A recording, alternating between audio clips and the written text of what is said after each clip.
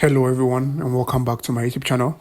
In today's video, we'll be diving into OGC Web Services, where we will explore how these services work and how they are used to access geospatial data over the web.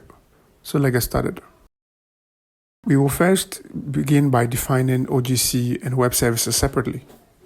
OGC, which stands for Open Geospatial Consortium, is an international organization that develops and implements standards for geospatial data services, whereby web services are web-based tools that provide geospatial data and services over the internet.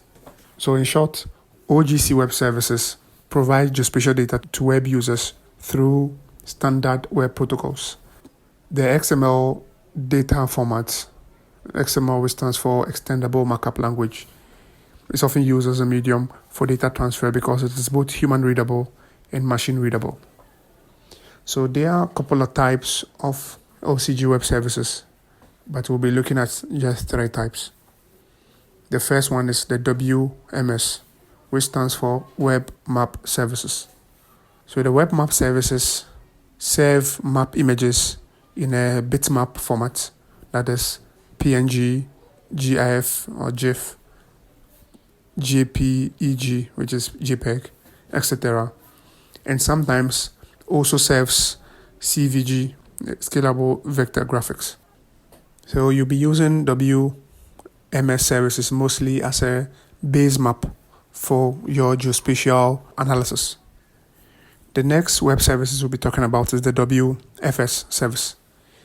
So the WFS stands for Web Feature Service, which basically serves vector data. So we are looking at points, polygons, and lines over the web.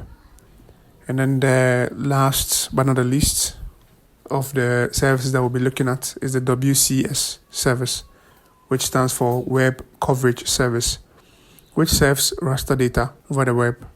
So you might be confused between the difference between WMS and WCS. There are a couple of differences. One of the differences is that WMF retains only an image, and therefore it cannot be used for geospatial analysis. It can only be used as a base map because it's a georeferenced image.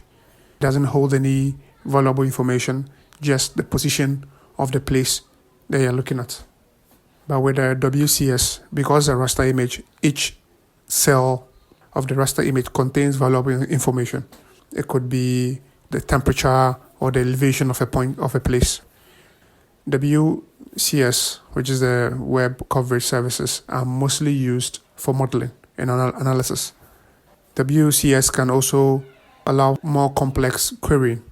So that will be it for this video.